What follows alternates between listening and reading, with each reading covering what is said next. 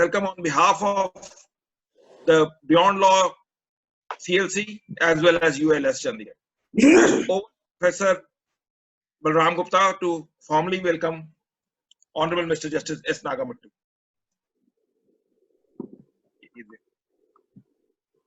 I'm just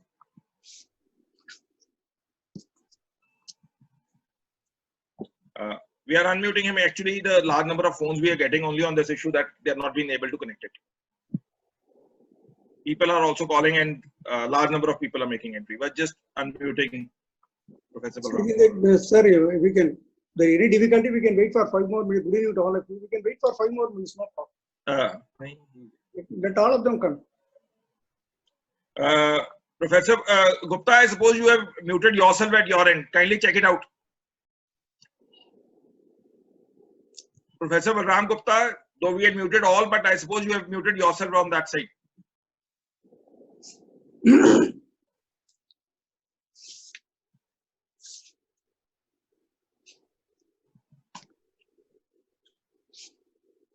I'm just checking.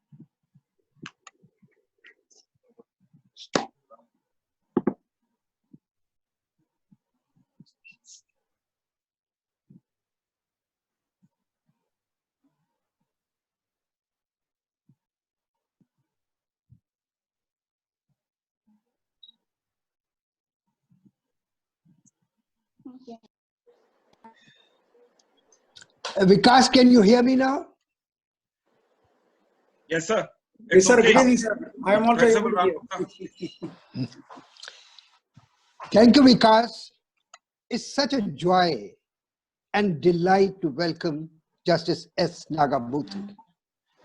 In fact, it's a personal flavor with which I'm talking to him through this particular platform. Justice Nagamuthu is a blend of a lawyer and a judge. A first lawyer from Madurai bench bar to be elevated as a judge of the Madras High Court. And that's a big honor to Justice Nagamuthu as such. Justice Nagamuthu had a term of 10 years on the bench, and during this particular period, he decided almost 85,000 cases. That speaks of his commitment to the work that he had undertaken in this particular process. On his retirement, the way and the bench really applauded him is a matter of pride for each one of us as such. Justice Nagamuthu is considered to be the superstar judge, has been compared with Lord Denning, a humane judge. And it is in that context, on a personal note, Justice Nagamuthu used to be a regular human resource at the National Judicial Academy. It is this association for the last 7 years which has built up a bond with him. Above all, as a lawyer or as a judge, he is a very good human being. This is something which I always cherish. I look forward to meet him whenever I get an opportunity. Such a human being is a rare species. Therefore, we are very fortunate in having Justice Nagamuthu with us on this platform this evening. Welcome, Justice Nagamuthu. Thank you, sir. So, good evening to all of you, my dear friends. My special greetings, my special thanks to my Guru, Professor Balram Gupta. As he rightly pointed out, not only he is a close friend of mine for more than a decade, but he is also one of my gurus. That is how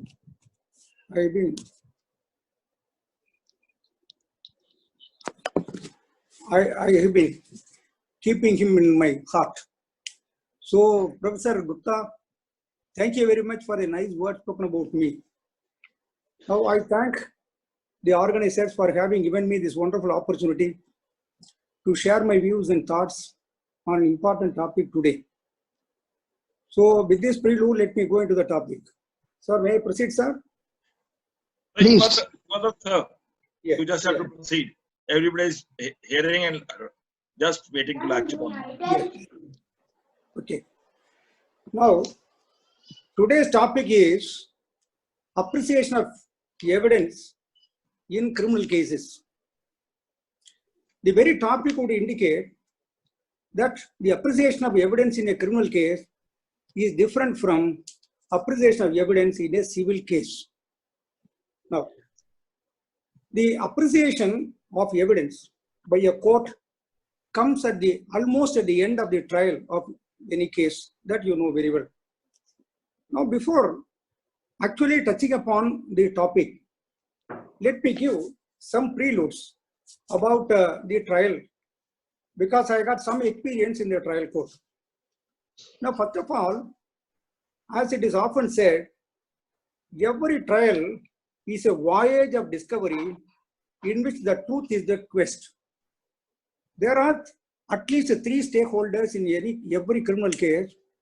One is the judge, the other one is the prosecutor, the third one is the accused and the defense counsel. So all the 3, in my perception, play equal participation in the trial of a case. Not only at the time of trial, till a finality is reached in the case. Now, the endeavor of all the 3, while doing a trial or an appeal, is only to find out the truth and to convict the real culprit.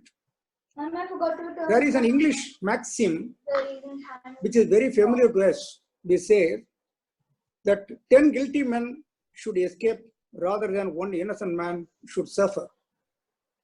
In our criminal jurisprudence, we have accepted or we have adopted this maxim also as a part of our system. Okay. So in my perception further, if there is proper trial, if there is proper appreciation of evidence, all the 10 guilty men would be convicted and the single or the lone innocent person will also be acquitted. So far the system is concerned, in my considered view, it is perfect. But then why there is failure of justice at times? There is also miscarriage of justice at times. It is because of the people who are heading these 3 stakeholders in the court. Now, how a guilty person is convicted in court? You know, Article 21 gives a guarantee that life or personal liberty shall not be deprived of except in accordance with the procedure established by law. The life and personal liberty are guaranteed as fundamental rights, whereas a right to hold or possess the property is no more a fundamental right.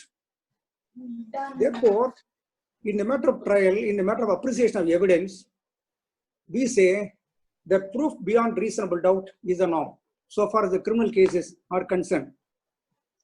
So far as civil cases are concerned, it is proof by means of preponderance of probabilities. Now, where do we get it?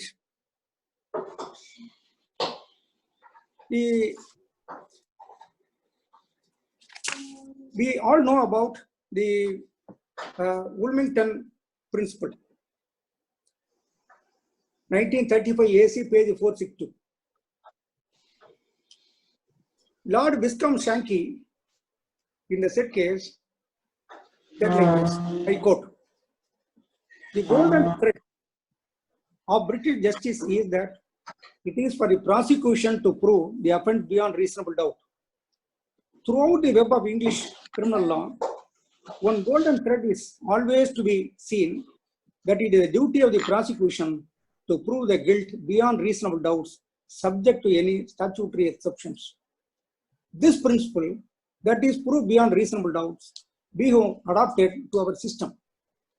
This was subsequently elaborated in another case in Mancini versus Director of Public Prosecutions, 1942 AC page 1.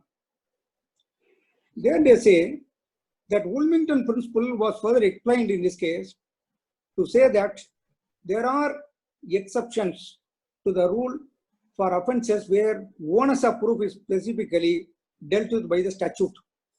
This thing we have been following all through. Now, therefore, it is well said that in every criminal case, the guilt is to be proved beyond reasonable doubt. Now, what is a reasonable doubt? For that also, we have to go only to an English case, Miller versus Minister, 1947, to All England Reporter, page 372. What is stated in that judgment? I quote, it need not reach certainty, but it must carry a high degree of probability. What is proved beyond reasonable doubt? It is not certainty. It is high degree of probability. Anything less than beyond reasonable doubt will not be enough to convict. So this is the theory of reasonable doubt. This principle also we have adopted. So to put it in a nutshell, in any criminal case, the crime is to be proved. The guilt of the accused is to be proved beyond reasonable doubt as per these two principles. This has been adopted by our system in Indian scenario also. There are a number of judgments. I do not want to cite those judgments. Now, where do we get it? So if you look at section 3, which speaks of as to when a fact is proved, when a fact is disproved, and when a fact is not proved. In any criminal case, first of all, evidence is to be admitted. That is the first stage. Section 5 of the Evidence Act speaks of the evidences which can be admitted by the court, which says that evidence may be given in any suit or proceeding of the existence of or non-existence of every fact in issue, and of such other facts as are hereinafter declared to be relevant and of no others.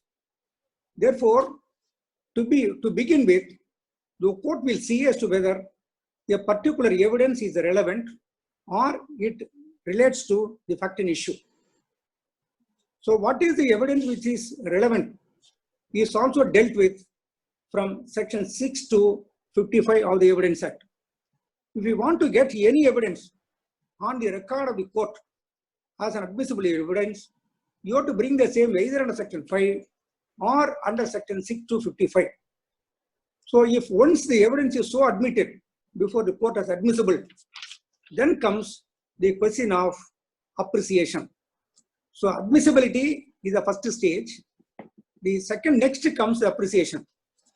During the course of appreciation, what we do in court as judges is to see whether a particular evidence is believable. That is about the credibility. If once we say, yes, this evidence is credible, this evidence is believable, and we have got no doubt about this man, then we proceed further to the next stage. What is the next stage? What for we are going to use this evidence, and what is the weightage to be given to this evidence? This inquiry we hold. And finally, on considering all the matters before the court has to give a final verdict as to whether a particular fact and issue has been proved or not. So let me read the section 3 for that purpose, which will make things very, very clear. Every word in my perception used in this section convey a very, very important meaning, because these words are going to decide the fate of a man who faces the trial before a court. Let me read the definition of the word prove. I quote, prove. A fact is said to be proved. Please kindly see, underline these words. A fact is said to be proved.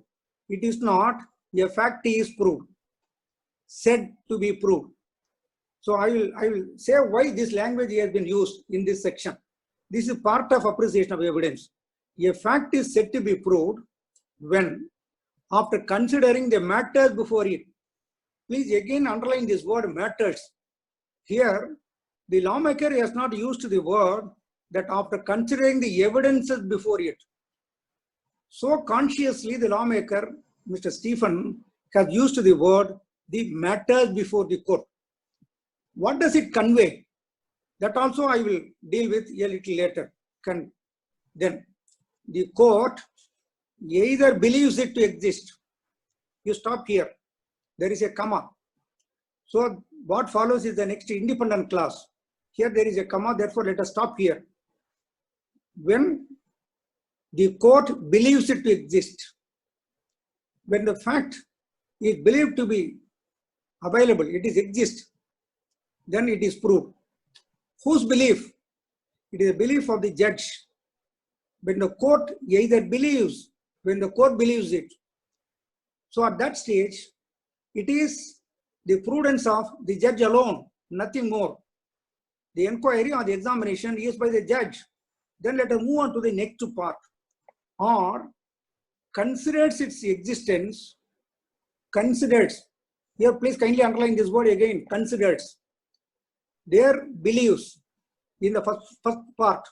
The second part considers its existence so probable that a prudent man, see, so probable, that word or this phrase also please kindly underline, that a prudent man ought, under the circumstances of the particular case, to act upon the supposition that it exists. You please kindly underline this word supposition also.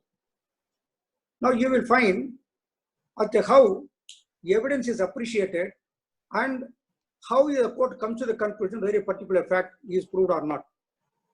Let us say, what is a fact in issue? You go to section 3.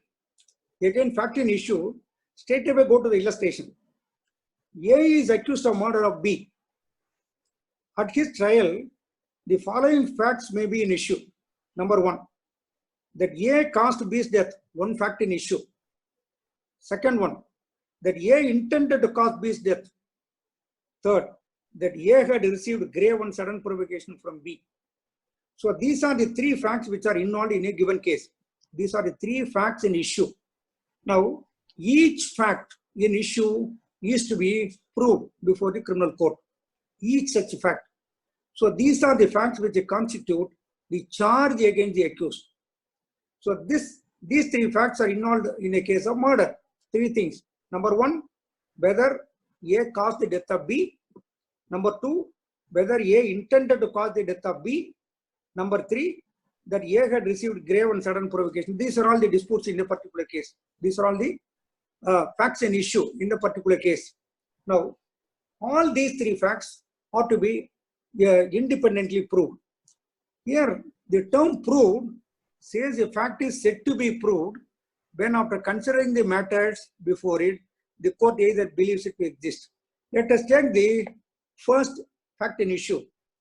A caused B's death. A caused B's death. Whether A caused the death of B or not, this fact is to be proved. How?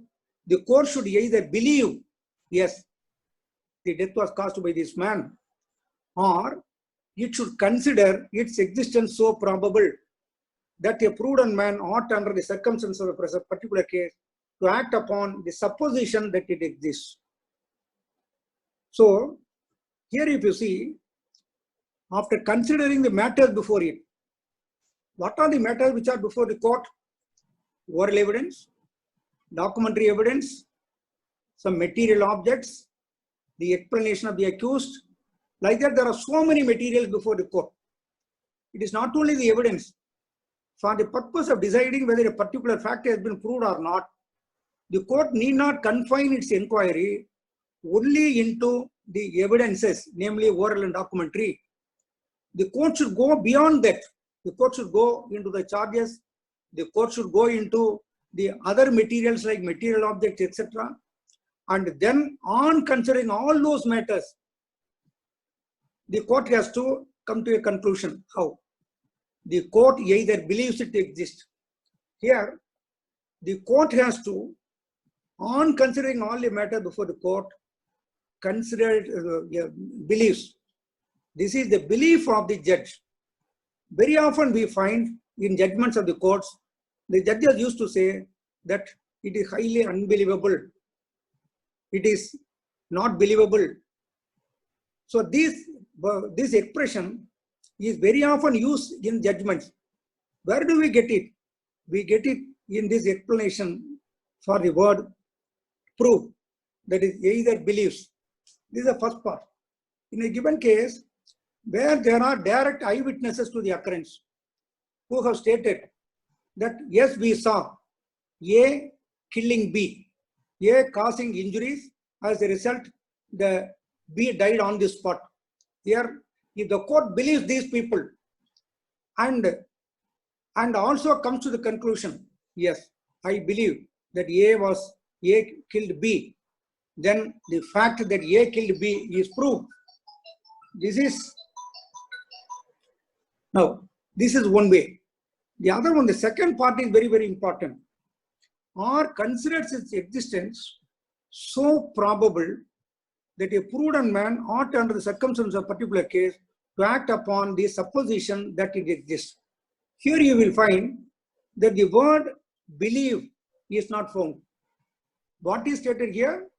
Here, the court has to act upon the supposition of a prudent man. Supposition of a prudent man. So the court should put itself in the position of a common man, a prudent man, and see whether from out of these matters which are before me, whether a common man would suppose that this fact is proved. If the common man's supposition is in favor of the proof, that is to say that fact is proved, then that does not stop the inquiry. The judge has got one more examination to do. If there are two prudent men, one man may say one thing, the other may say something else. Two people may have their own different perceptions. Now, what is important? Which is to be acted upon? Now, the court has to go hold one more inquiry, that is probability. So, this is what we call as preponderance of probability. So, the court has to put itself in the position of a prudent man. Then, on considering the matter before it, from the position of a prudent man, the court should suppose something, and after coming to that supposition, the court has to further see whether this supposition is a probable supposition. Here the language used is probable. If the court finally holds, yes, this is the supposition which a prudent man will have, and this supposition is also probable, that examination is that of the judge, not of a prudent man. The prudent man's inquiry stops with the supposition.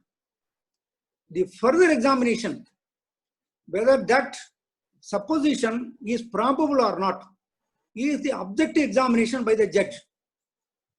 Then here the judge, if finds, yes, it is probable, then the fact shall stand proved. That will be the conclusion to be arrived at by the court.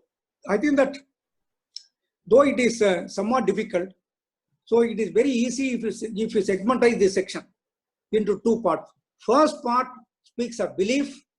The second part speaks of the probability. Probability based on the supposition of a prudent man.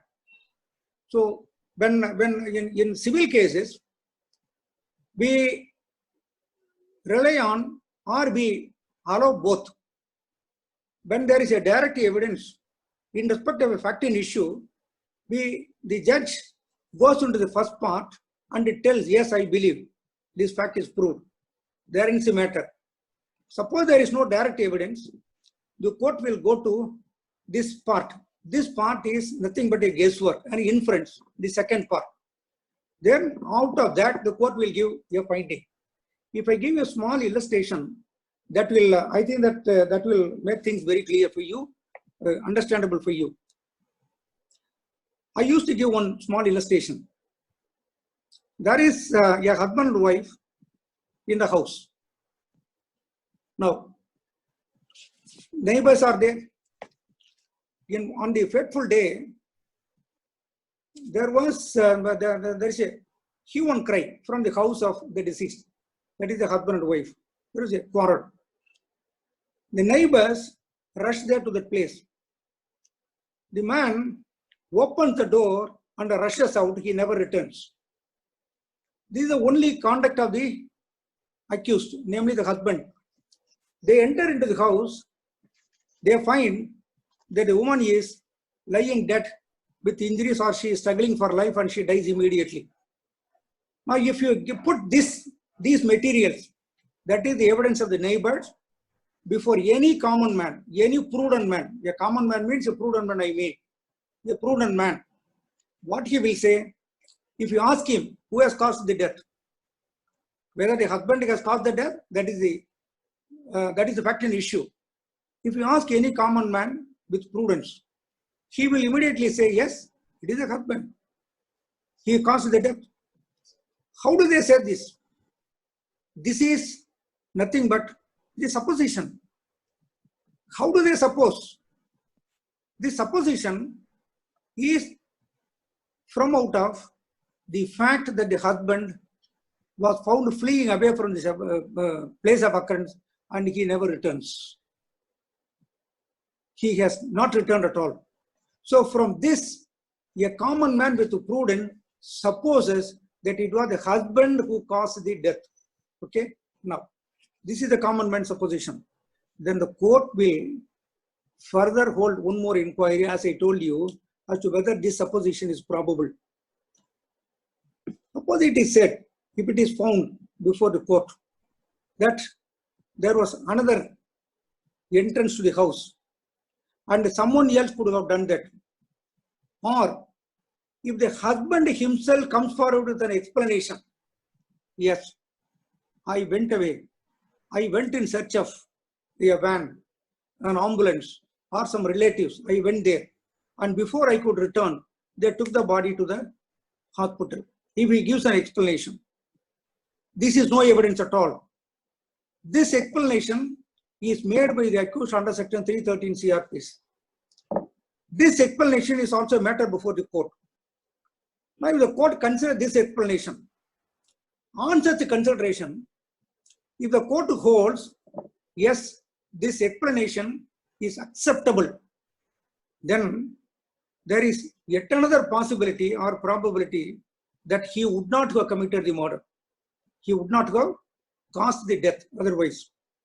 In such an event, the court will hold that it is not probable. Though it is possible that he would have committed the murder, caused the death, it is not probable in the sense in which this term probable is used in this definition of the word proved. So this is the further objective examination to be done by the judge after knowing the supposition of the common man. This is what we call as probabilities, preponderance of probability. Now, what is the difference between possibility and probability? There is a vast difference between these two. If it is said that it is possible, then chances are less than 50%. When it is said that chances are more, that is, the chances are more than 50%, 75%, 80%, 90%, then it is probable. It need not be 100%. The probability, the possibility, if it is more than 50%, then it is probable. That probability need not be a certainty. That is what I want to impress upon you. the probability need not be certainty, need not be a certainty. Now here the lawmaker has not used the word that it is certain. He could have used the word like this, or considers its existence so certain instead of probable. But the lawmaker has not used that word. Why? The common man supposition may not have so much of possibility to reach the position of certainty. Therefore, if the possibility is more than 50%, if it is 60%, 70%, 80%, 90%, it need not even be 100%. In such an event also, the court will hold that the fact is proved. Now, before beginning, at the outset, I wanted you to underline one more word, said to be proved. Why it is said to be proved instead of be proved? No. In a criminal case, the judge who ultimately gives a judgment that he has committed the murder, he has committed the crime, has not seen the occurrence. The public prosecutor who conducts the case also has not seen the occurrence. Then the defense counsel who conducts the case also has not seen the occurrence. All the three people who have not seen the occurrence are trying to find out the truth. How? It is by a mere guesswork, mere inference. That inference is permissible in law for the court to do under section 114 of the Evidence Act.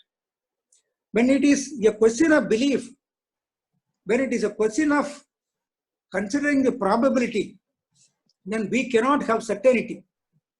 The court, while giving a judgment that he has caused the death, he is not certain that he only caused the death. Beyond any reasonable doubt means it is not absolutely certain.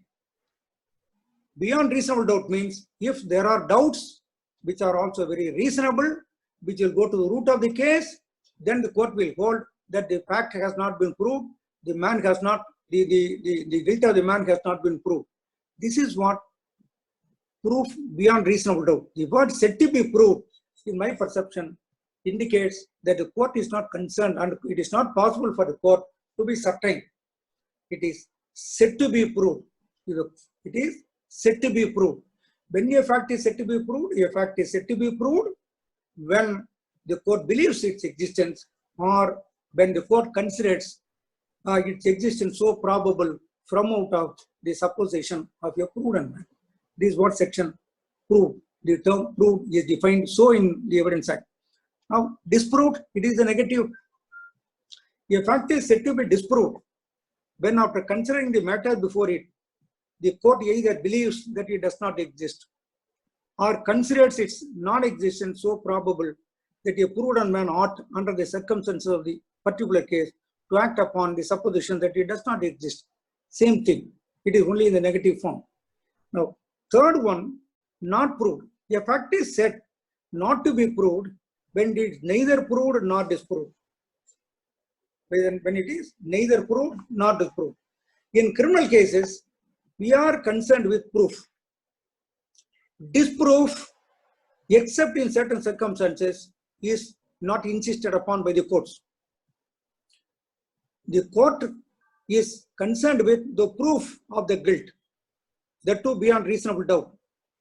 When there is some doubt, which is also very reasonable, then the court will hold that the prosecution has not proved. That is the expression which is defined here as not proved.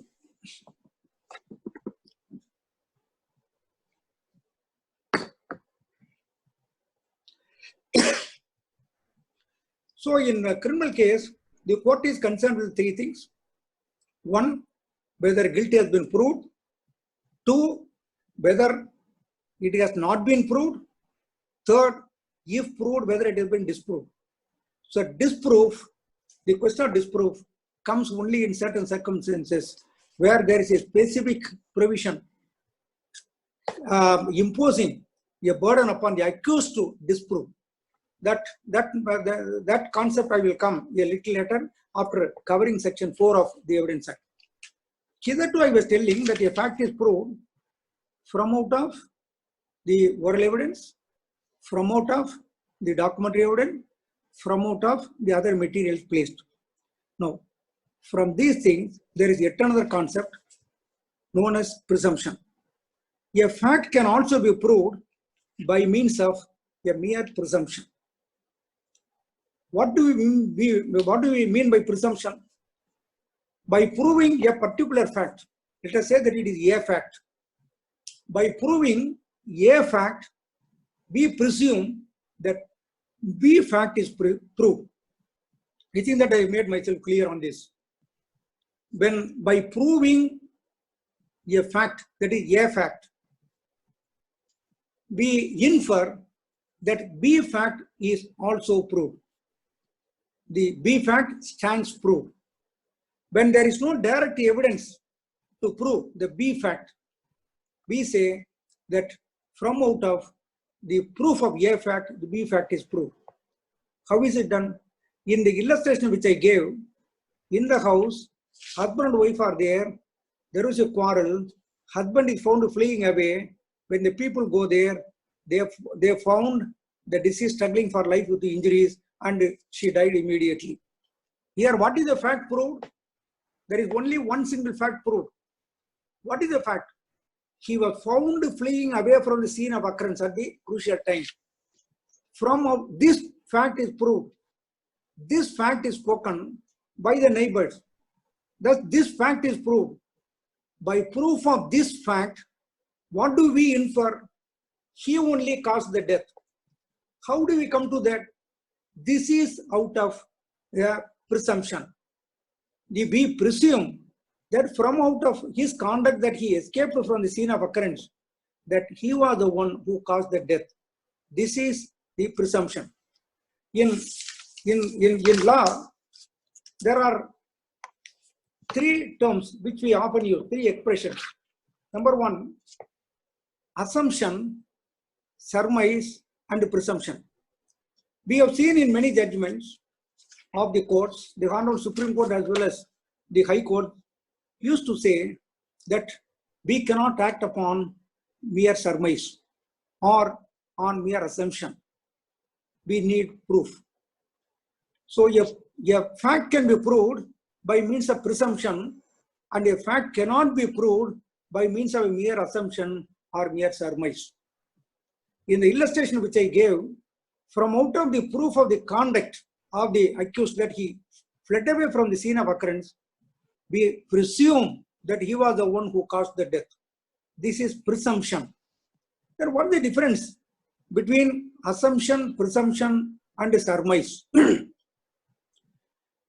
Yours is a reasonable mind. Every prudent man has got a reasonable mind. When a statement is made to a prudent man, a reasonable man, he will not readily accept that statement. What he will do? His mind will drive him to look for some reasons. So the person who made the statement is to give sufficient reason to the satisfaction of the mind of the person before whom the statement is made. If the reasons are acceptable to the man who receives the statement, then that man will say, yes, I accept the statement. This is quite natural. Every man with prudence, whenever any statement is made to him, will try to, or it is quite natural for him to look for reasons before accepting the statement. I used to give one example.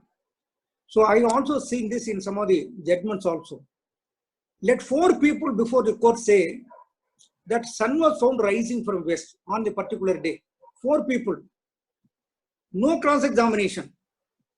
Are we going to say that because the evidence remains unchallenged, the court should hold that on that particular day, for some reason or the other, the sun was rising from west? No, we cannot say so. Why?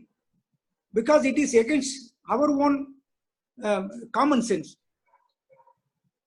We will not presume something against our common sense. Presumption is based on a robust common sense, based on reasons, surmise. If I say that on a particular day next year, so it will not rain, I say like this. Then you ask me, your mind, you are a reasonable man, a prudent man, your mind will ask for some reasons. It will ask me, why? How do you say that?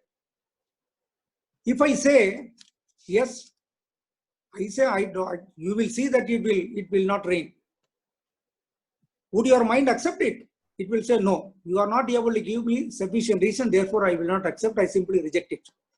Okay, your mind won't accept it because it is mere surmise based on no fundamental facts at all. Now, if I say, yes, it will rain next year, you will ask why? How do you say that? So this year, by this season, it rained. No, there is one reason given by me, but your mind will not readily accept that reason for accepting my statement. No, this reason is not acceptable to me. This explanation is not acceptable, therefore I won't accept it. You will reject it. Then when I say the other reasons, today, now whether it will rain? Question. I say, yes, it will not rain. Yes, it will rain. How do you say that? You ask me.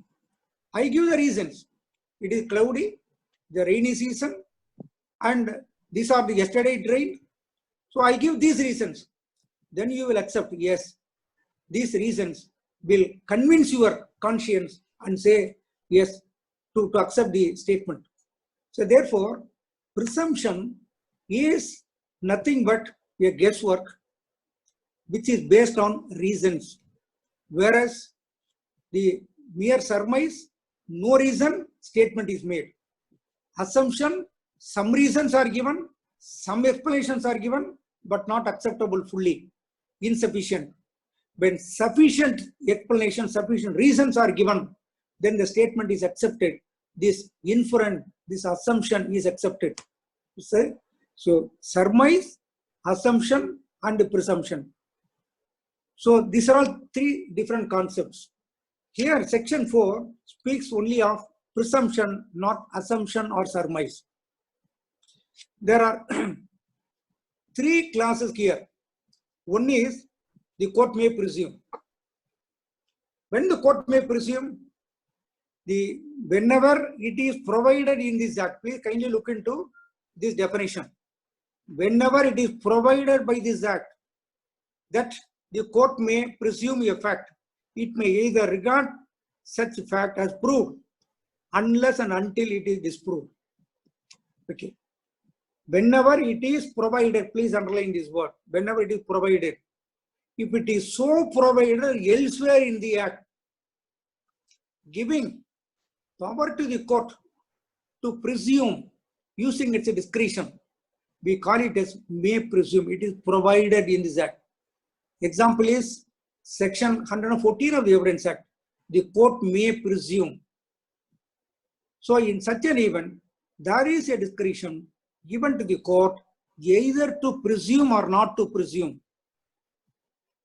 How the discretion is to be used is another question. After covering the other two, I will come to that again. Now, second part, shall presume. Whenever it is directed by this act that the court shall presume a fact, you see the difference in language. So far as may presume is concerned, it is said whenever it is provided. But here, whenever it is directed by this act. So here there is a direction to the judge. Don't look for any reason. You please presume this. This is what is the meaning of shall presume. It is directed by this court. The court shall presume a fact. The court has got no discretion. The court has got no option but to presume. What is the difference between these two? Very often we get confused between these two. Superficially, one may say that there some discretion is given to the court. Here, discretion is not given, which is indicated by the word may and shall. Except knowing this difference, some of us, a very little number of us, do not make further examination into these two provisions. We kindly look into that. We'll find the difference in this. Whenever it is provided by this act that the court may presume a fact. So the court may or may not presume. That is the discretion given. Can the court refuse to presume in an arbitrary manner? Wherever discretion is given to the court should use its discretion in a very, very careful manner and in a very justifiable manner. The court cannot do it in an arbitrary manner. How is it done? Now, in the illustration which I gave, forget about this section 4. Forget about for a moment, forget about section 4. You put yourself in the position of a prudent man, a common man with prudence. What you will say? The husband was the one who committed the murder. He was the one who caused the death. How is it? There is one more examination by you. From out of these facts, whether this fact could be presumed, there is an examination by a prudent man, by a common man, by the judge. When your prudence says, yes, he could have committed the murder, it is probable that he could have committed the murder, then you presume that he was the one who committed the murder. He was the one who caused the death. So, for presuming, you find some fundamental facts, some close nexus between the fact proved and the fact inferred. So, it's a close relationship between these two. When it is said that he was found fleeing from this place of occurrence, when that fact is proved, then your mind automatically presumes, assumes, infers, yes, this was the man who caused the death. So there is a close relationship between the fact proved and the fact inferred. So when your prudence says no, it cannot be presumed so, this is not sufficient, then the court will refuse to presume. That is the way in which the discretion of the court used to be used.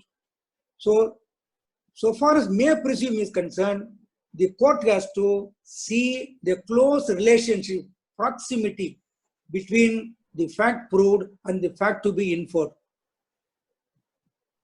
When there is such a close relationship and the inference is inescapable, then the court may presume, the court will presume such an event. Otherwise, the court will not presume.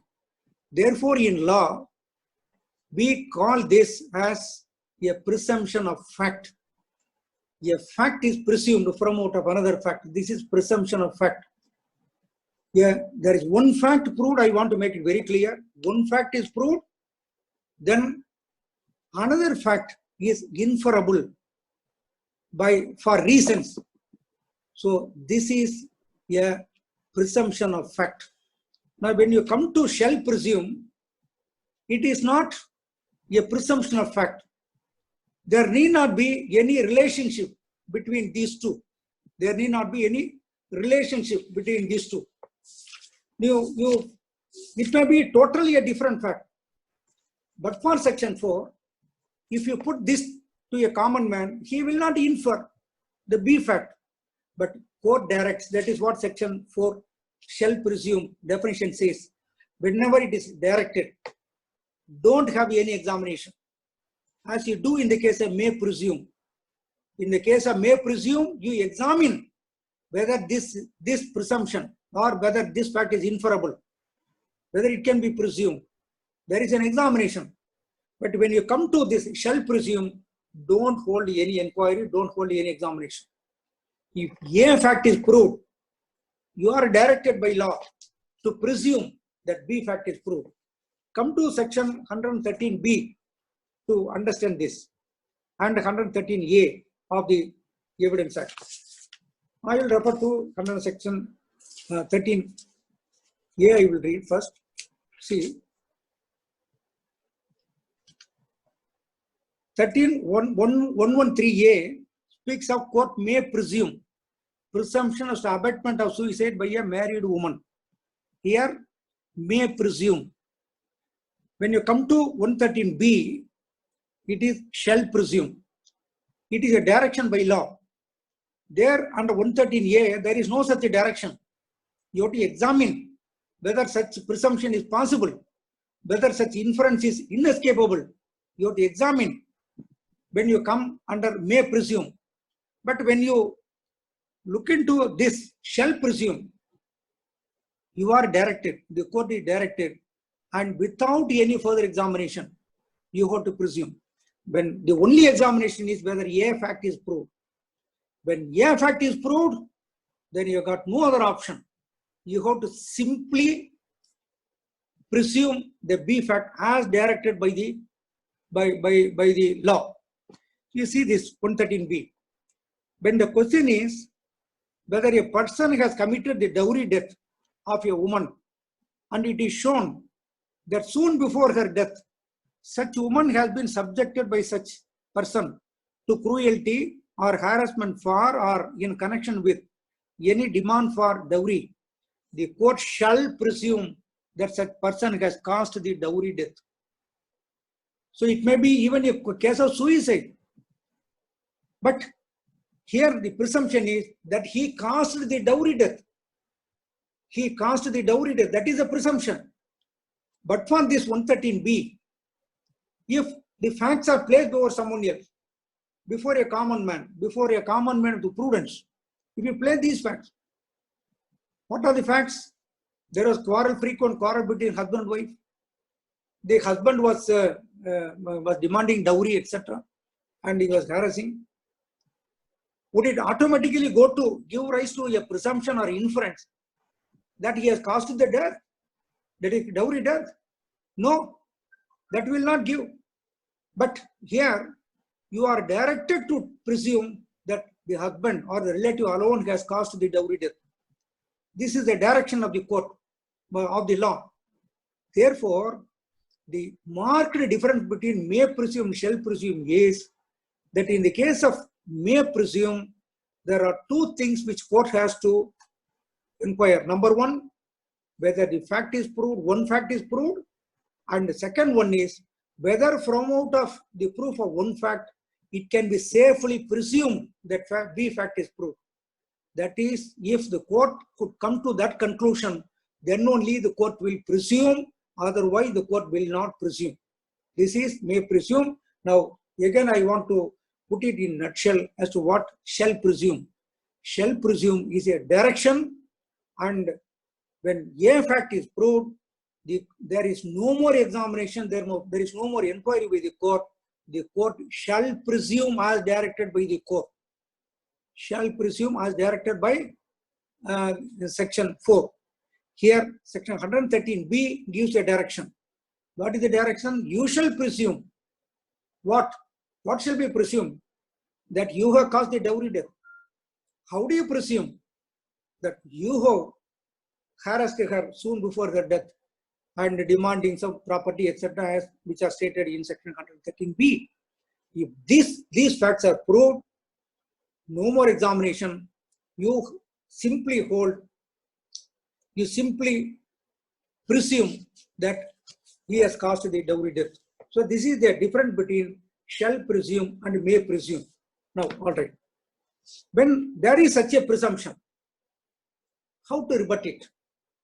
So far as these two are concerned, it is very well stated in the section itself that unless and until it is disproved, unless and until it is disproved. So when it is so presumed, when the court is prepared to presume, it can be rebutted, which means the presumption in the mind of the court can be removed.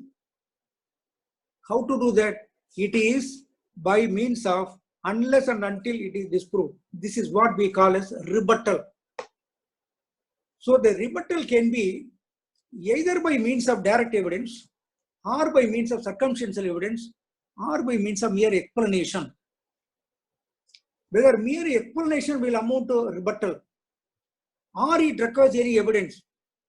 Most of my friends who are doing cases under the Prevention of Corruption Act and Special Enactments, you will find that these phrases are used, may presume and shall presume. Courts used to say that you have not rebutted the presumption. how to rebut the presumption. Nowhere it is stated how to rebut the presumption. Now, so far as may presume is concerned, rebuttal might be by means of an explanation. There need not be any evidence, direct or circumstantial. Mere explanation is enough. Mere explanation is enough. But apart from that explanation, and when such an explanation is offered by the accused, then only one more examination is to be done by the court when explanation is made. What is that explanation? The explanation is, the examination is that whether that explanation is reasonable. If the court finds that the explanation of the accused is reasonable, then the court will erase the presumption which the court has already formed. The court will refuse to presume. So far as may presume is concerned, as I already told you, it is a presumption of fact, and the rebuttal can be by means of a reasonable explanation and nothing more on that. But if it is shall presume, it is not enough to give only an explanation. The explanation can be given under section 313 of the Code of Criminal Procedure. It is not sufficient. In the Prevention of Corruption Act, there is a presumption. We say that court shall presume. When it is said that court shall presume, then it is a presumption of law, because it is by direction of law that presumption is made. If you want to rebut that presumption, it is not only sufficient to lead only to give an explanation, and apart from giving some explanation, you have to produce some more materials to substantiate that explanation. This is what is the important message which I want to convey to you today. Apart from offering an explanation, you are required to place some more materials, either by means of documentary evidence, or by means of oral evidence, or by means of some material collected during cross-examination or prosecution witnesses. If these things are available, then you will succeed in your attempt to rebut your presumption. For this, you may look into some of the judgments. Two judgments I want to give you for this proposition. Number one is Vaidyanatha Iyer versus State of Madras. Vaidyanatha Iyer versus State of Madras. That is reported in AIR 1958, Supreme Court, page 61. AIR 1958, Supreme Court, page 61. You will find that the distinction between may presume and shall presume has been very elaborately dealt with by the Honorable Supreme Court, wherein it is said that the term may presume denotes a presumption of fact. In order to rebut, it is sufficient to offer an explanation, but that explanation should be a reasonable explanation. When it is shall presume, since it is by direction of law, the court has no option but to presume, and the court has to presume without any reason, without holding any examination whether this presumption is reasonable or not. The court has to presume, and if you want to rebut, because it is by a direction of law, such presumption is made by the court. If you want to rebut it, apart from offering some explanation, you have to substantiate that explanation by means of other evidences also. This is what the law laid down in Vaidyanatha Iyer, which was further elaborated in Dhanvantarai versus State of Chandigarh. Bihar. AIR 1964. AIR 1964 Supreme Court 575. This is the shall presume may presume. I have given you the difference. I will explain to you. Now there is yet another thing which is known as conclusive proof. What is conclusive proof? This is again a direction by the law. See this, the expression used here. Conclusive proof when one fact is declared by this act to be conclusive. Now look at the different language used. May presume when it is provided. Shall presume whenever it is directed. Here conclusive proof whenever it is declared by this act as conclusive. So conclusive proof means but it is a declaration made by the law that this is the fact. You please presume. We declare that this fact is proved. So proof of a fact is declared by the act itself. In such an event, the adverse party is not allowed to lead any rebuttal evidence. This is conclusive proof. I do not want to go further into these three things. But I want to tell you that apart from this direct oral evidence,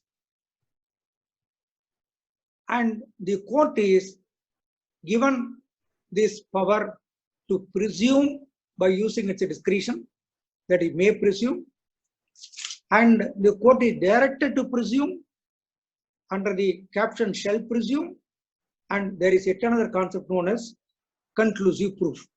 This is the way in which the court has to appreciate. Now let me go back to the fact proved. Fact is proved when the court believes its existence, or when the court putting itself in the position of a prudent man supposes and finds that that supposition is probable, then the fact is proved. This is one way. Then by means of presumption, a fact can be proved. The third one is by means of conclusive proof as declared by the act itself. You need not look for any proof because the act itself declares, yes, this is proof. For this, you may refer to section 112 of the Evidence Act, which says that any child born during the subsistence of the marriage, this period, etc., stated, is the legitimate son. That is his son born to the man only. This is a conclusive proof. The law declares that this is conclusive. Don't take any other view. You see whether there was marriage. Yes, there was marriage. Whether they are living together. Yes, they were living together. Son was born during the subsequence of marriage. Yes. Then the law presumes. Law declares, not presumes. Law declares, yes, the child was born only to this man. And only one exception is it's a non-existent, non-access, that is DNA, etc. I do not want to, for the present, go into all those issues. So this is how a fact is proved before the court. Whether a man has committed the murder or not is to be proved. This is the way in which it is appreciated. Now, what are the guidelines for appreciating this? See, by simply reading these provisions, you cannot say as to how to appreciate. By simply reading this, you will say that you put yourself in the position of a common man, you do this like that. So it requires further guidelines. There are two aspects in it. In criminal cases, in my perception, in the matter of appreciation, there is no precedent at all. Many of us cite judgments before courts of law, requesting the court to follow the judgment. The court is bound to follow only a law declared, a precedent, a principle stated, but not a conclusion arrived at on appreciation of facts. But in the matter of appreciation of facts, even the Supreme Court cannot declare any law, but instead the Supreme Court is competent or is well within its powers to issue certain guidelines. Those guidelines, what are those? Some of the guidelines, we will see them. Now let us take the case of a confession. Under section 24 of the Evidence Act, no confession made out of threat, promise or coercion is irrelevant. Therefore, we say that it is not admissible.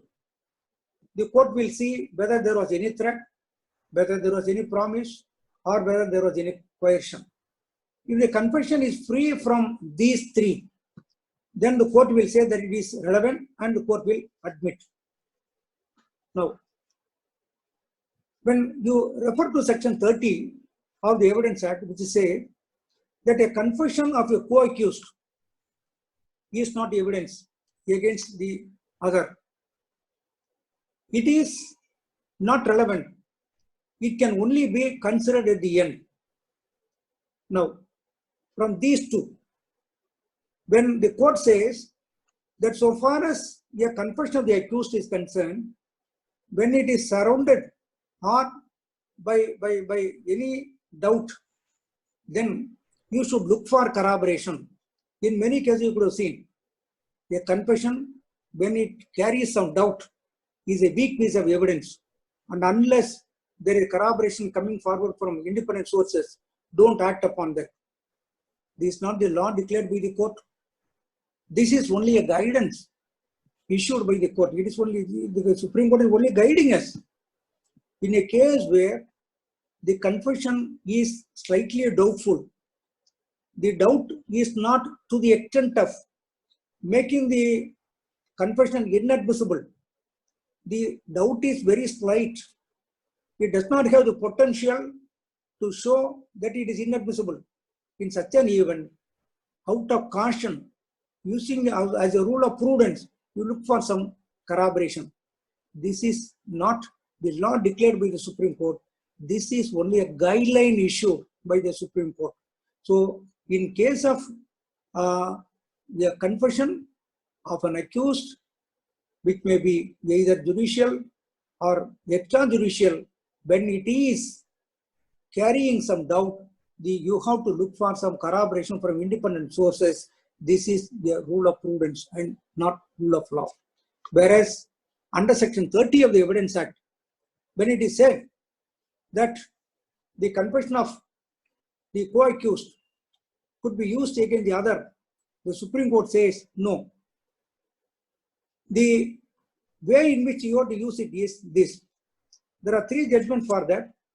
One is Bhubani Sahu versus State Report 1949 PZ, Privy Council, which is followed in Kashmir Singh AR 1952. The last one is by a constitutional bench, AR 1964, Supreme Court, 1964, Supreme Court, page 1184, Hari Charan Gurmi. There the Supreme Court has declared the law. But the Supreme Court has said that a confession of the co-accused is not substantive evidence at all against the other. What is the proper way to approach? You keep the confession of the co-accused aside, marshal all the other evidences. On such marshalling, if you are able to come to the conclusion safely that he is guilty as a last resort, in order to add strength to your conclusion, you look into this confession also, consider this confession also of the co-accused. This is the law declared by the Honorable Supreme Court. This is not a simple guidance. This is a principle, or I can say it's a law declared by the Honorable Supreme Court. So, distinguish between the law declared by the Supreme Court, which is a precedent binding on the court, and only a guidance. So, this is in respect of confession. Now, let us take the case of a child witness. No, before that, let us go to an eyewitness account. Whether a witness is to be believed or not, whether this is sufficient or not. I told you when I refer to section 3, the court will hold an inquiry whether to believe him or not. If the court believes, then the fact is proved. The fact which is spoken to by him is proved. Then how to believe or not to believe a man? So there are certain guidelines issued by the Honorable Supreme Court as to how to do that. Now, for example, when a witness deposes falsely on certain aspects, can he be completely rejected? Applying the common law principle that falsus in uno is falsus in omnibus, that if false in one thing will make his everything false. Can we apply that in Indian criminal jurisprudence? Sorry. We have not adopted this common law principle. Here, the law is that we have to try to separate the grain from the chaff. And if the chaff is so believable, you can act upon that. This is our Indian scenario. So for this, where do we get the guidance? We get the guideline from the judgment of the Honorable Supreme Court in Vadivelu Thevar versus State of Madras, AIR 1957 Supreme Court, AIR 1957 Supreme Court, page 614. There, what the Supreme Court has said, Supreme Court has classified the witnesses into three categories. This is a much celebrated case. This holds a field for several decades from 1957 till today. In this case, the Honorable Supreme Court has classified the witnesses into three categories. Number one, a witness who can be fully believed, completely believable, absolutely believable. So far as that kind of witness is concerned, there is no difficulty for the court to act upon his evidence because he is fully believable. Very good. There is no difficulty. Then second category is a witness who is fully unbelievable. There is no difficulty in that also. If a witness is completely unbelievable, you will simply reject his evidence. There is no difficulty. But when a witness is partly believable and partly unbelievable, what is the position? As I already told you, falsus in uno, falsus in omnibus. This common law principle is not applicable to Indian criminal jurisprudence. Because this man is partly unbelievable, you cannot reject his evidence in full.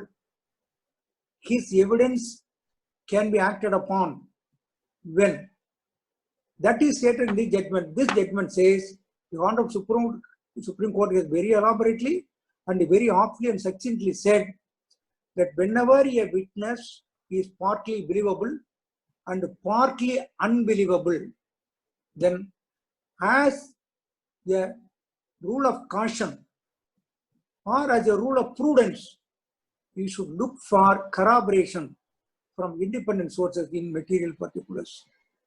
If there are no such evidences, then though this witness has spoken something which is believable, that is not sufficient to convict the accused.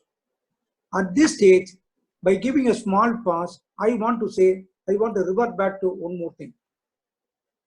That is, when the evidence of witnesses are appreciated before the court, how we have to advance our argument and how the courts have to be guided to appreciate. Number one, you keep this judgment in your mind.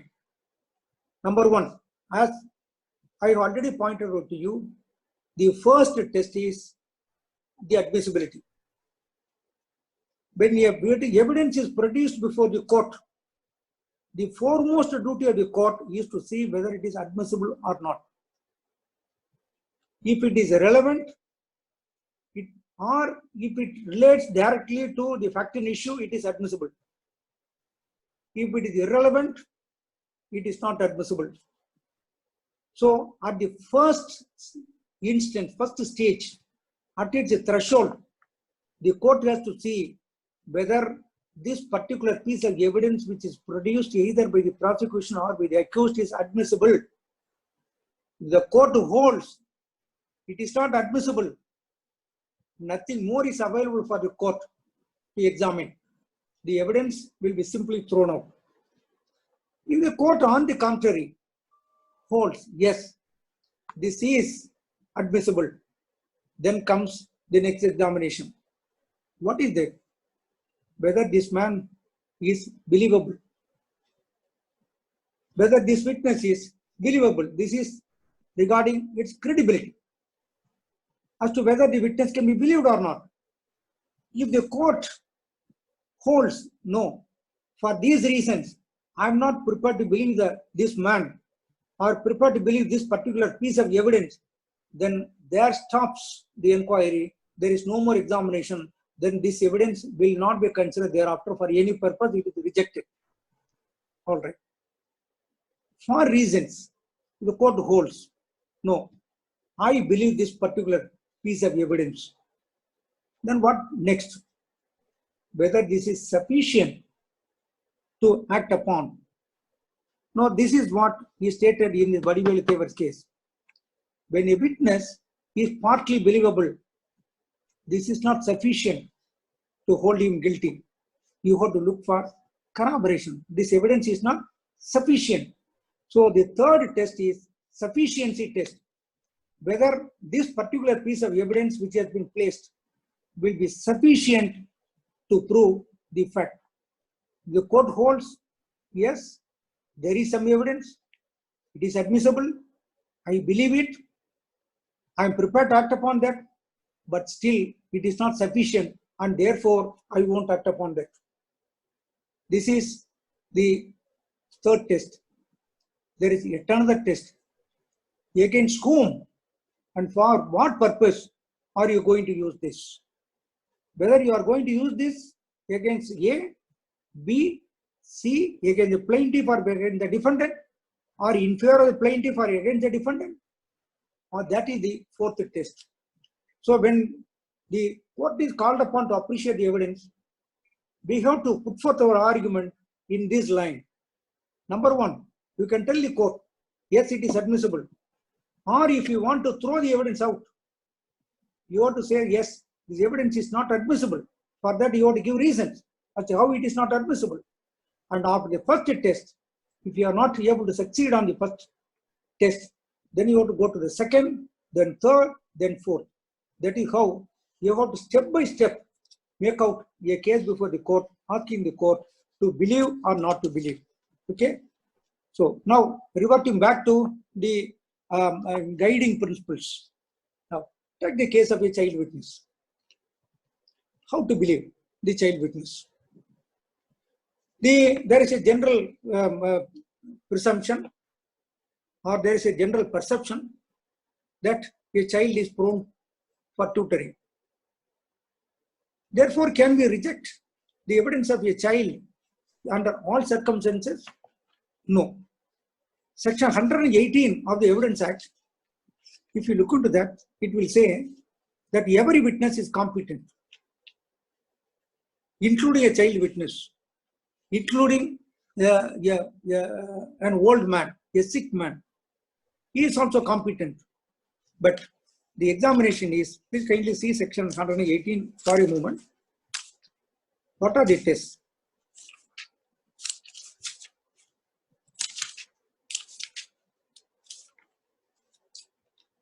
See 118. All persons shall be competent to testify unless the court considers that they are prevented from understanding the questions put to them or from giving rational answers to those questions by tender years, extreme old age, disease, whether of body or mind or any other cause of the same kind. So a child is also a competent witness. But what has to be seen is that whether the child is prevented from understanding the questions put to them or from giving rational answers to those questions by due to tender years. So these are the two tests. And if you are able to, if the prosecution is able to succeed, that despite the tender age, the child is able to understand the question and the child is able to give rational answers to the question, even then the evidence of the child witness at times requires corroboration when there are some doubts about the evidence of the child. So there cannot be any straitjacket formula in respect of a child witness also. Now take the case of an approver. How to appreciate the evidence of an approver? Is there any rule? or it is only a rule of prudence or rule of caution, which has come up by way of guideline from the Honorable Supreme Court. So far as an approver's evidence is concerned, there is a rule which we find in section 114 of the Evidence Act. 114 says that an approver is unworthy of credit. The evidence of an accomplice is unworthy of credit. That is the initial presumption. But at the same time, if you look into section 133 of the Evidence Act, which says that it is not unlawful to convict an accused based on the uncorroborated testimony of an approver. There may appear to be some kind of contradiction or conflict, but in fact there is no conflict. Section 114 says that the evidence of an accomplice is unworthy of credit, and unless there is corroboration, don't act upon that. But section 113(3) says that it is not unlawful to convict based on the evidence of an approver, even in the absence of corroboration. How to reconcile these two? There is no conflict. If you go back to the definition of may presume, then you will see that there is no conflict at all. For the reasons, if the court refuses to presume, then it is not unlawful to convict. For reasons, if the court presumes that he is unworthy of credit, then corroboration is required. This is rule made by the Act itself. This is not by way of any guideline issued by the Honorable Supreme Court. So therefore, so far as an approver is concerned, how we have to project a case is that when the court may presume that he is unworthy of credit, we have to request the court as a defense counsel, yes, presume using your discretion. You cannot refuse to presume. You have to presume. The language used is may presume. It is a presumption of fact. You have to presume. Why you should presume? These are the reasons. This is the natural presumption of a fact. You presume that. If the court so presume that he is unworthy, then there cannot be conviction solely based on his evidence because he is unworthy. There has to be corroboration as required in section 114.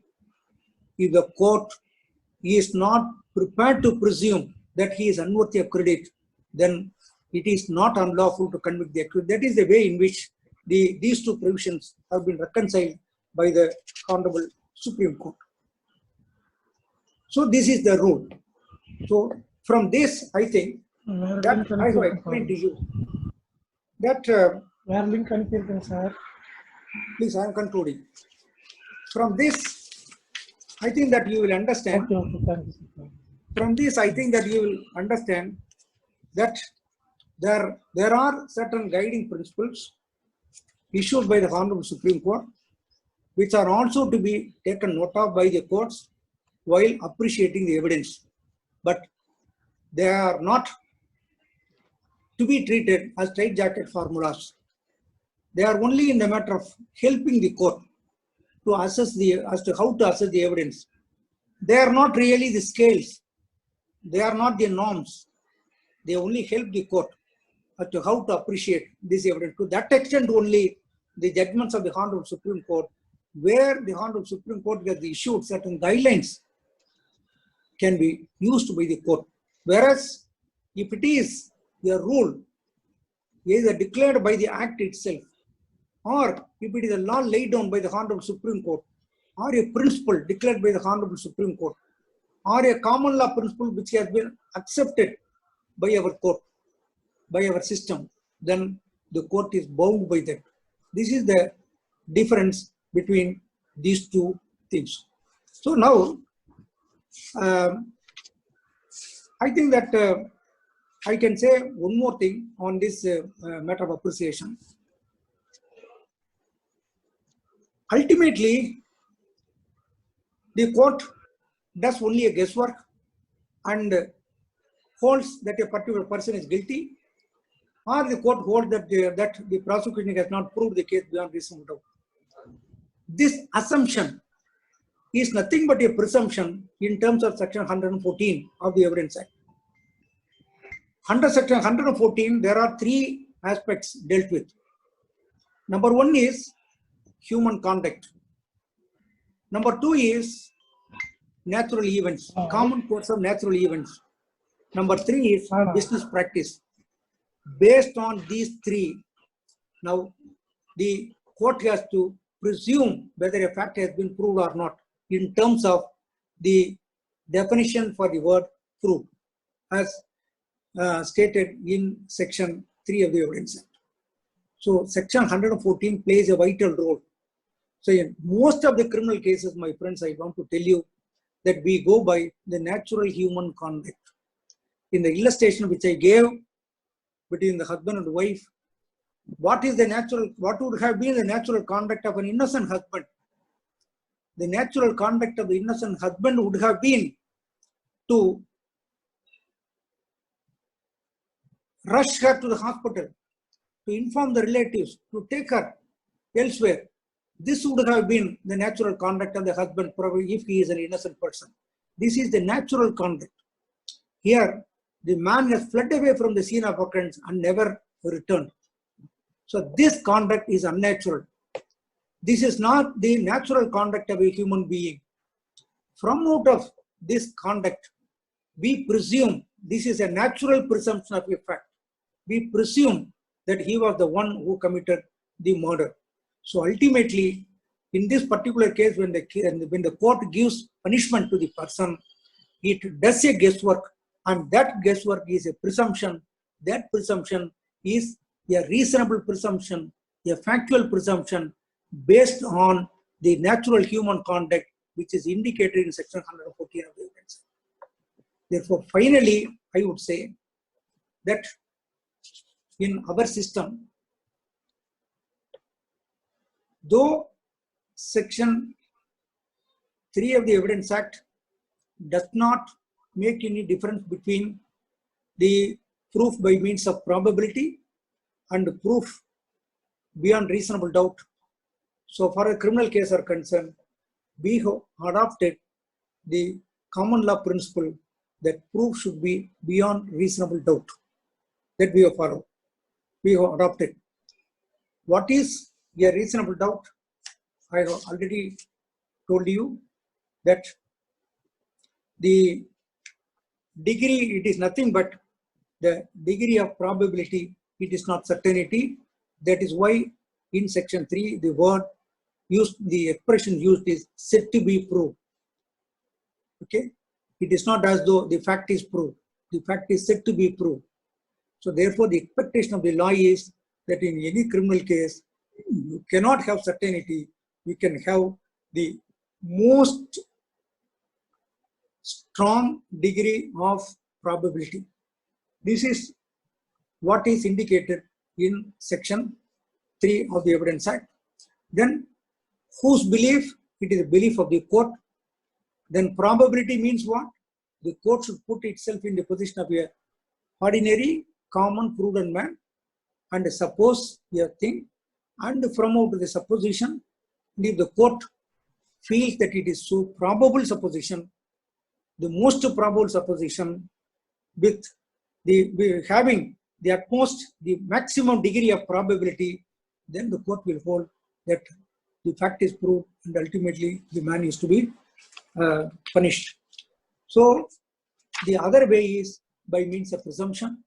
I've already told you, may presumption is a presumption of fact, and when the court can presume a fact under this clause is when the court finds there is a reasonable nexus, reasonable relationship between one fact and another, which is otherwise known as a natural presumption arising out of the proof of one fact.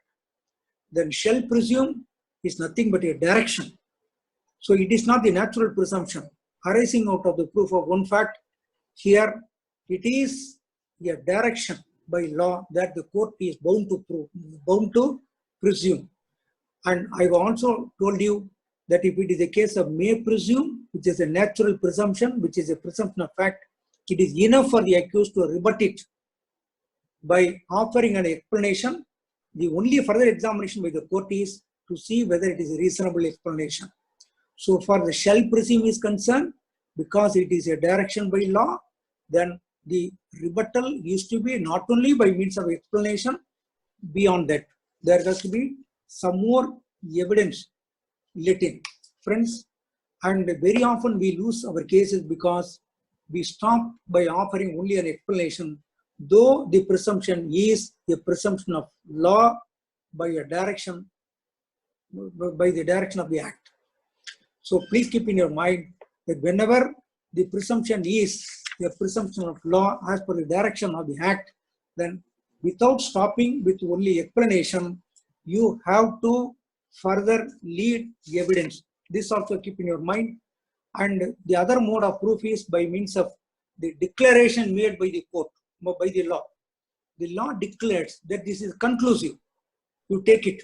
Don't hold any examination. This is by means of that. And lastly, I also told you that so far as criminal cases are concerned, and there is, in the matter of appreciation, there is no precedent, and everything, every judgment of the Honorable Supreme Court can only guide us, the lawyers and the subordinate judiciary. It can only guide. There is no precedent. But precedent is only in respect of a declaration of law made by the Supreme Court, or declaration of a principle by the Supreme Court as binding. Those things are binding, other things are not binding, or else the rule should be found in the act itself. As I have told you, section 114, in respect of the evidence of an approver that is accomplished, there is a rule. Similarly, in respect of the evidence of a co-accused, there is a rule in section 30 itself. These are all the rules which are binding, but other things are only guidelines issued by the Honorable Supreme Court. They are not binding on the court. So this is the way in which, and lastly, I concluded by saying that ultimately the judgment is based only on assumption, only on presumption, not assumption. I have told you already, there is a vast difference between a simple surmise, a simple assumption, and simple presumption. The court is permitted only to have a presumption and not an assumption. There is no question of acting on any surmise or assumption. The court is permitted to act only on a presumption. That power is given under section 114 as a rule. That presumption can be heard only on either one or two or more of the three contingencies stated in section 114. Number one is going by the natural conduct of a human being. In the given situation, what would have been the conduct of a natural conduct of a human being, a prudent man, is a test. If there is something unnatural in the conduct, then it is adverse, which will give rise to a presumption. That is mere presumption. Just see, this is the natural presumption. Natural presumption, that is presumption of fact, which can be rebutted by means of offering an explanation. In the illustration which I gave, the husband may give an explanation that I went out to pick up a van. And if that explanation is reasonable, if he is able to show, if he examines one taxi man and say that he came to me, he inquired me and he wanted a taxi, etc. If it is acceptable, then it is presumption is rebutted. This is a natural presumption. So only by means of this kind of natural presumption, based on human conduct, based on common course of natural events, or by business practice, we hold in court that the fact is proved. That is how we appreciate the evidence in courts. I think that I have given a superficial idea as to how in a court of law, while doing a criminal case, the facts are appreciated and how a guilty person is proved to be guilty and he is punished. At the end, I want to tell you, the law is so perfect. This law is one of the finest and excellent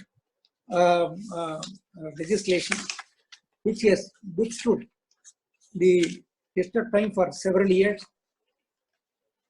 This, in my view, will stand for another 100 years, which does not require, without undergoing any drastic amendments.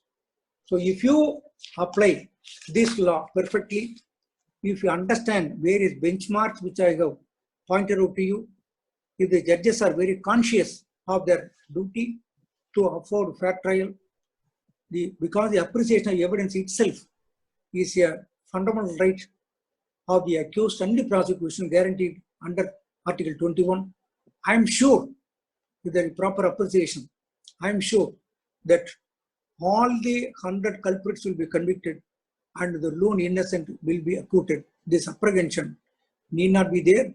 We may falsify this English maxim that let 100 criminals escape, but not one single innocent get convicted. With this, I think we have come to an end. I want to conclude. Thank you, friends, for having given me this opportunity. And I think that I have done something thought-provoking for you, which will be useful for you. Thank you very much for this wonderful opportunity. Thank Professor and the Senior Advocate, Mr. Balram Gupta, and thank one and all the participants. Thank you, sir. Thank you, sir. The session was quite engaging. Yeah. The facets which were boggling in the minds of a common lawyer or a lawyer who is already practicing in the criminal law, they are quite unknotted and they will be quite happy after this session. The session held by you gave us the different factors as to how the credibility of the evidence has to be examined, substantive evidence has to be seen, corroborative evidence has to be seen, rule of prudence and weightage of evidence, etc. So it gives us immense pleasure that we had more than 500 participants live in the more than 500 participants in the webinar itself, and more than 1,000 I was seeing they were on the Facebook Live. We are quite happy, and we are receiving on the chat box as well as on the WhatsApp that people are quite happy and they want that you should come on this platform again. On behalf of everybody who has participated, our words will fall short to explain that we have already got enriched. Few facts, because we maintain a schedule of 1.5 hours, otherwise it to one book. There are a lot of books, and nowadays, why should you confine yourself only to books? There are a lot of things available in the internet. So there are a lot of these essays, a lot of other things available. So students, this generation of students or young lawyers know better than us as to how to go about it, where to get all these materials. So to that extent, I think that we need not give any guidance to them. Okay. Next question according to would be, how should, let's assume a young lawyer gets a, for that matter, bail. Let's assume first a young lawyer invariably gets a bail only, or let's assume a young lawyer nowadays has also an opportunity to be briefed in a case through the legal aid or a case through the being appointed as an amicus. What should he do at the first instance, because he's a novice in the profession? How should he go about to examine the appeal or the bail? What should be his first endeavor? How should he unlock all these things? Sir, my sincere feeling is that in my experience, what I have seen is the legal aid is not very seriously taken care of. So it has become almost a formality. So what happens, I have seen this in courts when I was doing practice on the trial side. On the appointed day when the witnesses are ready, the lawyer who was already on record would withdraw from appearance. Then what judge would do is that he will look for somebody sitting in the court and say, yes, you appear in this case. And he will take the papers and he will give an hour or 2 hours time, and they will put the witnesses in the box, they will proceed. And this lawyer who has got no experience or exposure at all in criminal law will start asking all nonsense questions, and ultimately the man will be convicted for life. Is it the real legal service we give to the people? Now legal aid is a fundamental right, that's what we have said. it falls within the ambit of Article 21. Is the real legal aid that we need to give. So my view is that so far as serious offences like murder, etc. are concerned, the appointment of seasoned lawyers who have got sufficient experience in the criminal law, the two in the trial side should be appointed. And in the appeal, the same thing applies even to the appellate courts. But young lawyers, when they are appointed, as you asked me, have to, first of all, read the paper thoroughly, assimilate the facts, then identify the legal issues involved in that, make complete research. If they are not able to find a solution to that, or if they are not able to locate the legal issues involved because of their inexperience and so on, they can very well go to the office of a senior advocate. Senior advocates are always prepared to help the junior advocates, to guide them. You can very well go to a senior advocate, give all the papers to him, have extensive discussion with him, and with his help he can find out as to what are all the facts which can be disputed and what are all the legal issues which are involved in the matter and how to resolve it. That is what he has to do. Without taking the guidance of senior lawyers, it is my humble request to the younger generation not to do any case, because it involves the personal liberty and the life of an individual. It is not a training center where you are asked to do a case by way of training. You are expected to give the most possible legal assistance to the party, legal aid to the party concerned who needs justice before the court. So because of your inexperience, let us not do some injustice to the party, because I would repeat any number of times to say that since it involves the personal liberty and the life of an individual, we have to be extra careful. So my appeal to the younger generation of lawyers would be to take the guidance of the senior lawyers before venturing to do any case. Don't be under the impression that you know everything. We are all students of law every day, and we have to learn so many things. You may or may not know something. You go to the office of a senior, sit with him for a number of days, learn things, then do that. I don't say that you are incompetent. You are really competent. You are more than competent, but there may be some shortcomings because of your inexperience. And therefore, do that. This is my fervent request. Yes, sir.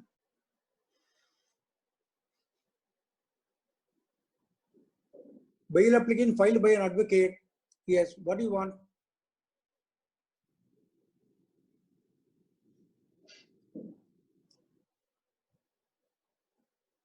Sir, please. Sir, you are not audible. Are you speaking? Young lawyer gets bail matter. Okay, please stop. Bail application, and what is your advice to him to go ahead? Is the question he asked, sir. He is disconnected. Kindly wait, sir. How to start one's career as a public prosecutor? Okay. These are all very simple questions. Get bail matter, what he has to do. Yes. Hello. Yes, yes. Sir, so far as bail matter is concerned, it's a very simple question. First of all, the young lawyer should see whether the offence is bailable or non-bailable to start with. He has to see whether it is bailable or non-bailable. If it is a bailable offence, the accused has got a right of coming out on bail. There is no discretion vested with the court. He can claim bail as of right. This is under section 436 of the Code of Criminal Procedure. If it is a non-bailable offence, he may convince the court that the offence, there are no prima facie case made out against him. And the second, the inquiry is whether he will abscond, whether he has got roots, whether he will tamper with the witnesses, what is the stage of investigation. These are all the facts which are taken into account by the court while granting or refusing bail. So you have to convince the young lawyer, have to convince the court that there is no prima facie case. There is a first attempt to start with that. and then he can say that he will not abscond because he has got his family and all that. He can very well say that the stage of investigation is completed or almost completed or getting to a close. These are all some facts, and the gravity of the offense is not very so serious. These are all the facts which are to be stated in a bail application. If the court refuses to grant bail, then he can approach the High Court or the Court of Session under Section 439 for that. This is there also the same examination, same test, and same norms. This is a way in which one has to ask for bail. And the other one is default bail, under Section 167 2 of the code, 60 days or 90 days limitation is there, and beyond that he is entitled for bail. There it is a question of the jurisdiction of the court to extend the remand beyond 60 days or 90 days. The court has got no jurisdiction to remand if the accused is prepared to furnish bail. It is 60 days or 90 days period under Section 167. There is one more provision now added, that is Section 136 capital A of the code, which says that if an accused has undergone half of the maximum punishment, then he is entitled to be released on bail. 436 capital A. Okay, these are the matters relating to bail in brief. Thank you, sir. Sir, next one.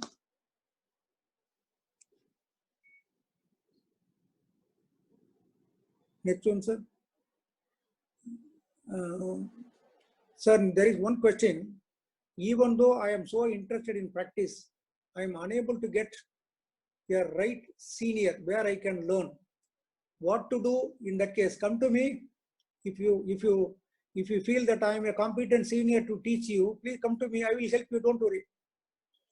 Then next question. If the High Court or District Sessions Court granted anticipatory bail with the conditions, like within 15 days petitioner should surrender, please. Wait 1 second. 15 days petitioner signed the execute bond, but 15 days expired. What to do? So such condition cannot be imposed at all by the court. So to execute bond within 15 days. Assuming that court has imposed such a condition, you can ask for extension of time beyond 15 days from the very same court. Then how should we get in touch with you? I am a young lawyer from Chennai without a senior. You are an advocate in Chennai. You speak to me, I will put you under a very good senior in Chennai in the subject in which you are interested. Don't worry.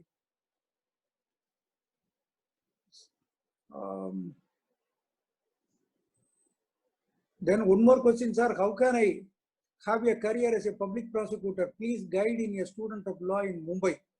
So public prosecutor means you can only be an assistant public prosecutor by writing an examination. You have to get selected. And the public prosecutor means it is on the recommendation of the High Court. The state government has to appoint you. And if it is in the district court, then the district judge has to recommend, and you have to be appointed under Section 24 of the Code of Criminal Procedure. These are all administrative matters. Then kindly explain about related inimical, partisan, and interested witnesses, sir. Very good. This is a very good question.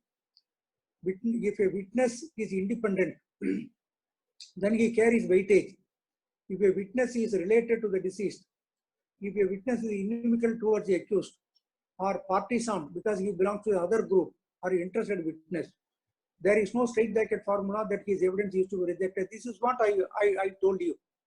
There is no straitjacket formula, there is only guideline. What the Supreme Court says, in these circumstances, when a witness is interested, partisan, or related, inimical, etc., the court has to be extra careful while scrutinizing his evidence. That is all.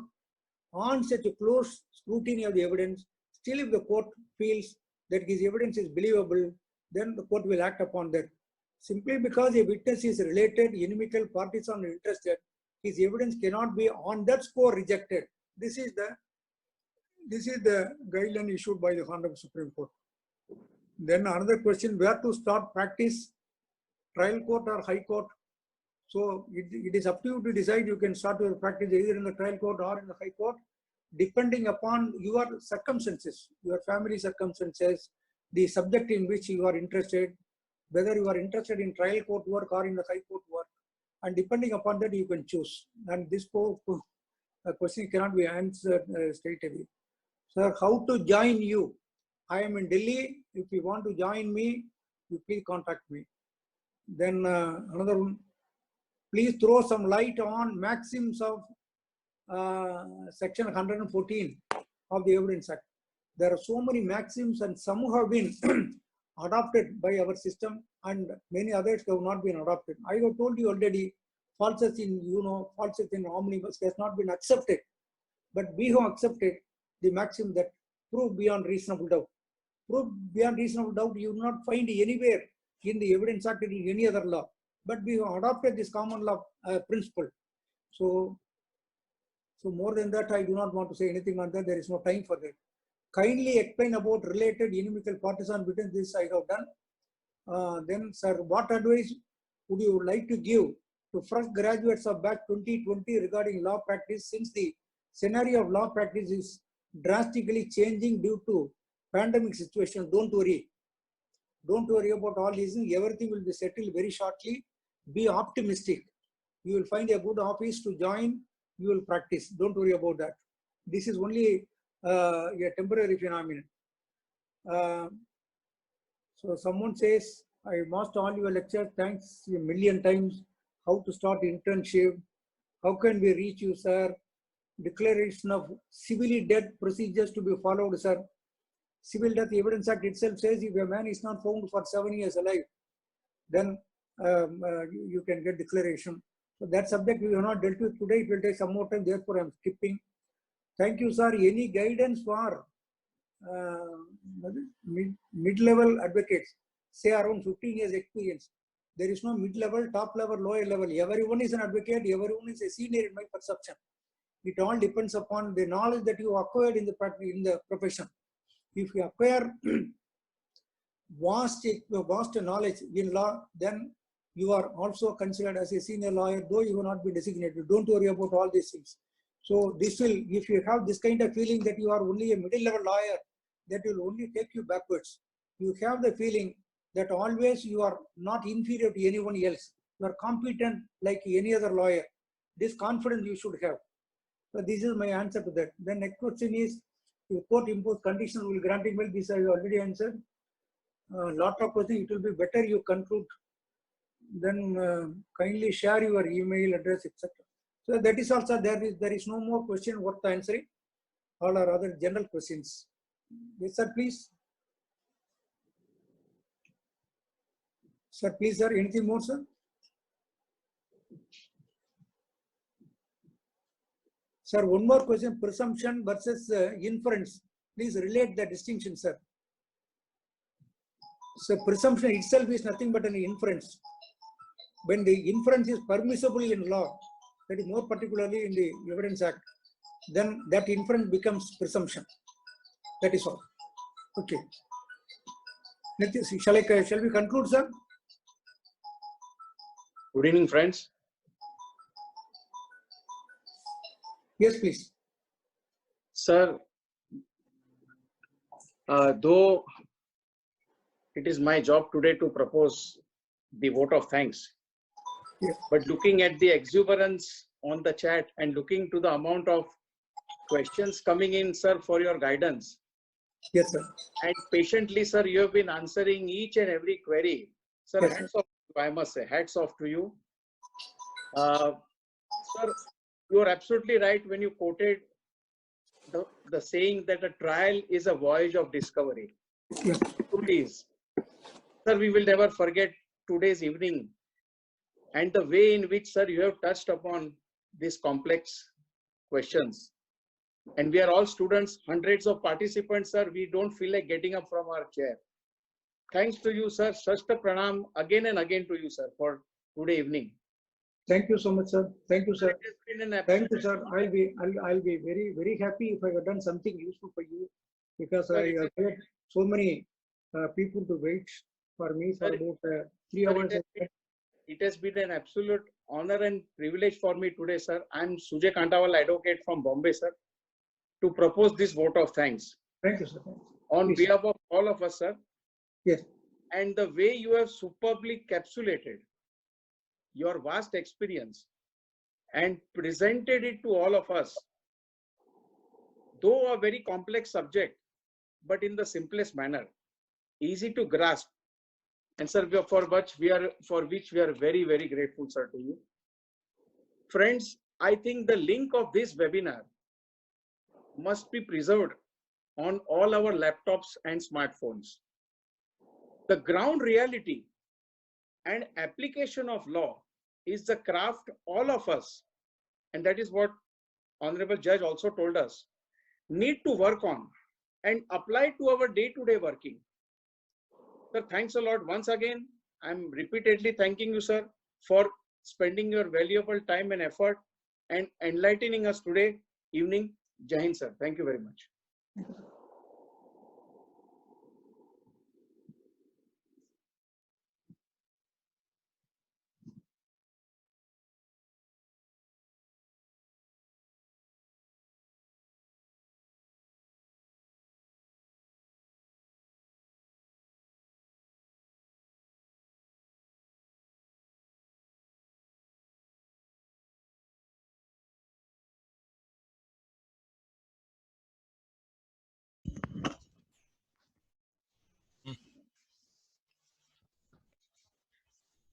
Hello. Hello.